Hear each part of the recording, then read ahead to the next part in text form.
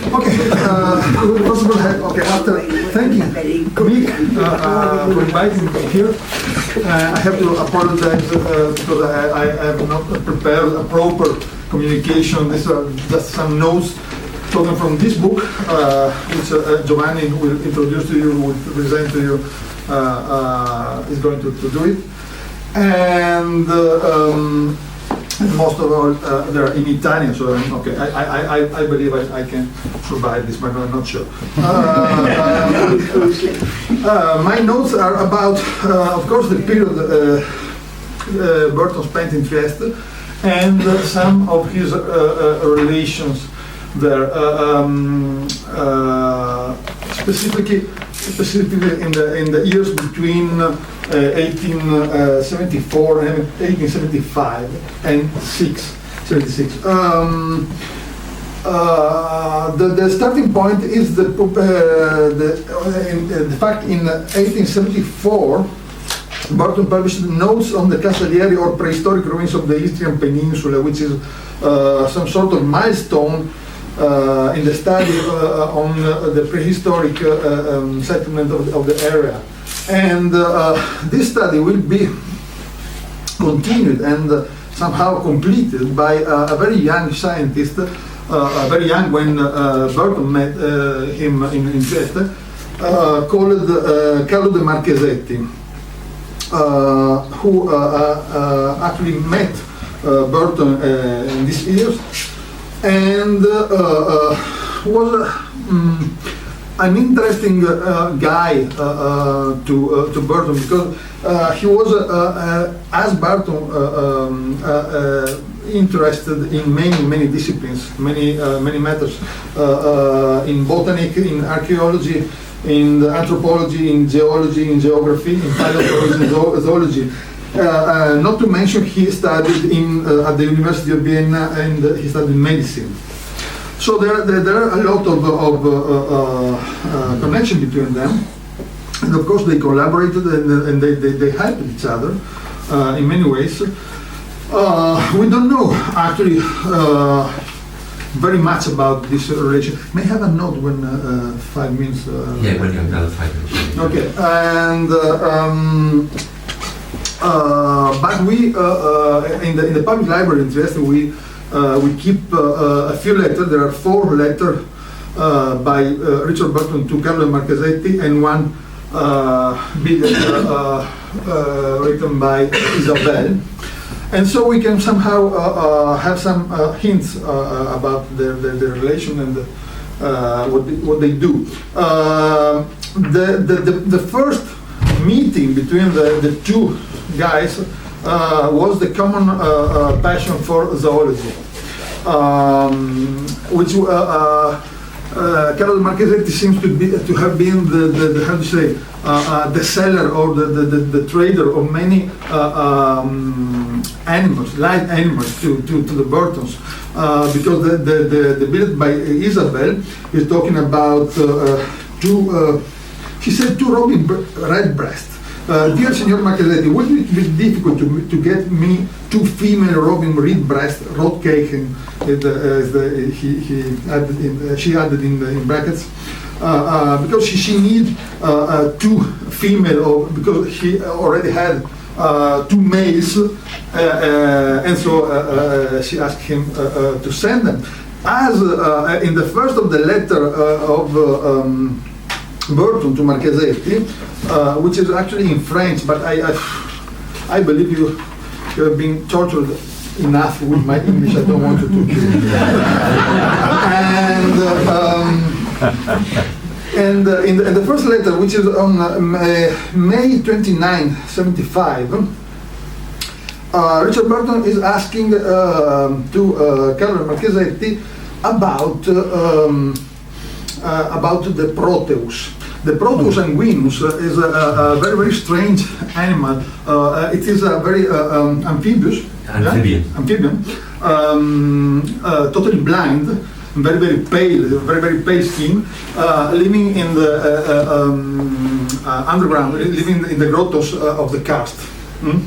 And it seems Carlo de Marchesetti sent one of these proteus to London, because the letters coming from London, Athenaeum Club London. And so Richard Burton said, mine arrived safe, and now it is very well recovered to the Zoological Society of London, and I hope it will be have a big success at the exposition. They're probably talking about the Universal Exposition. Okay, and other things not regarding the Proteus. He's talking about the Proteus again in the following letters, always from London, June 16, Bloomsday, 75, and when he said, okay, the Proteus is now marvelously recovered at the fish house. La Casa dei Pesci, he's translating, and of the Zoological Society of London, and he has a very, very distinguished position in society, and is a marvelous recovery. This is the first topic of these letters. The second one is interesting because they're talking about the trip they're going to do to India, because Marchesetti, probably because of because he was, I think, he was very fascinated by the figure of Richard Burton, decided to go to India with in order to study some disease, some endemic disease of the area, because he studied medicine, as I told you. And so he asked a lot of, he asked help to Richard Burton. He asked him to be put in touch with many people in India and so on. And this is what actually Burton did. So he, for example, he put Marchesetti in touch with Arbuthnot.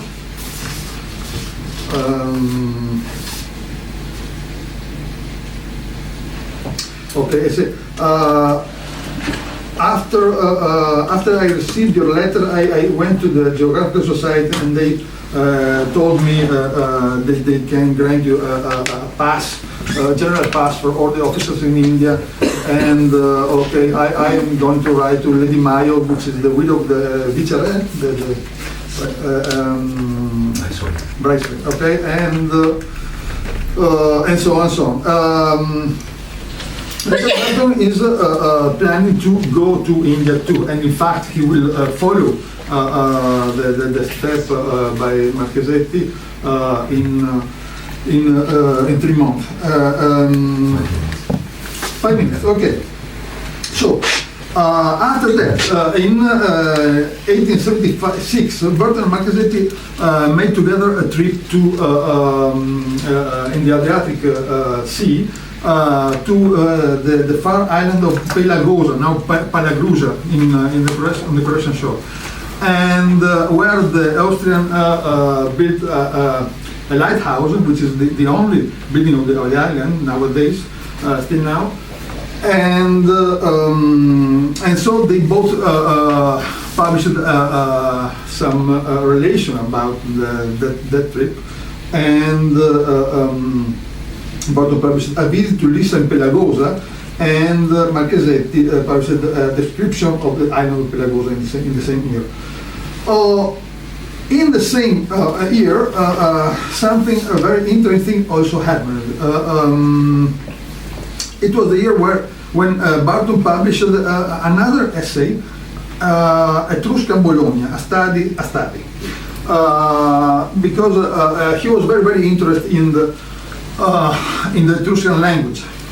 In the book you can read this close. Like the Gypsy dialect, the Etruscan tongue has fascinated a host of scholars. For the moment, we can only say that the problem with its origin and its position have not been solved. Some days, as linguistic science is in despair, we may bring to light a long bilingual inscription that will prove a veritable Rosetta Stone.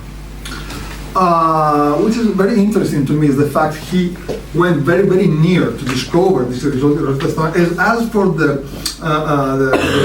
exploration, as for the search of the source of the Nile, he was very close to the solution, but he didn't get it. Because when he was in Media, or coming back from Media, he was in Egypt actually. He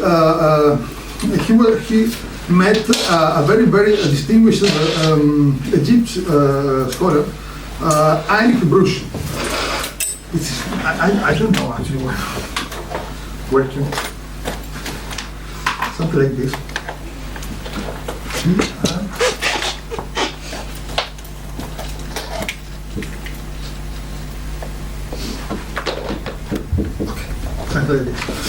And the guy told him about a very mysterious mummy, which was the mummy of Agram. Agram was not exactly some exotic place in the Arabic Peninsula or in the Orient, but it's the old name of Zagreb in Croatia.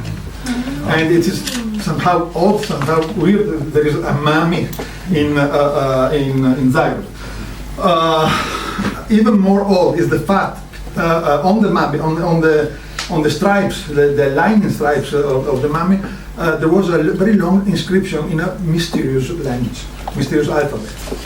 And so he, as he was working at that time on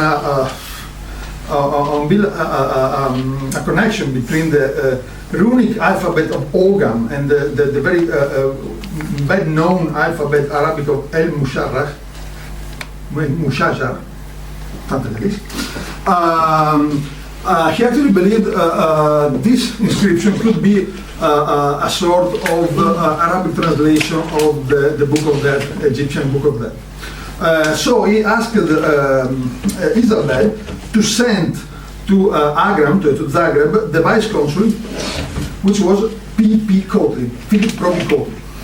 And he went to Agram and he transcribed these signs. He was not aware of what we was doing.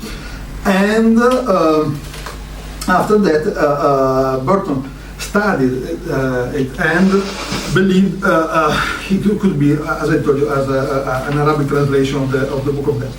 Only 1 year after his death, in 1991, at the University of Vienna, the professor Jakob Krall discovered it was the most extant, till now, the most extant transcription of inscription in Etruscan language, which is not a veritable Rosetta Stone, as it has no translation, but is the most important find of this kind. And so he was very, very near to gain the solution, but he never got it. I'm very, I was very, very happy, very, very interested in discovering the figure of the vice consul P.P. Cautley, because it established some sort of connection between my job, which I actually do in my life, is try to keep the Italo-Svevo Joyce Museum open in Trieste. And P.P. Cautley was actually the first English teacher of Ettore Schmidt, alias Italo-Svevo. And we must be very grateful, very thankful to P.P. Cautley, because as an English teacher he was very, very bad. And after a while, Italo Svevo fired him and asked for another teacher, and this second teacher will be James Joyce. So we must be thankful to Cautley, because somehow he worked for this meeting, this encounter, which actually changed the history of the European literature. And so we're thankful to him. Yeah. Okay, thanks. Thanks, Riccardo.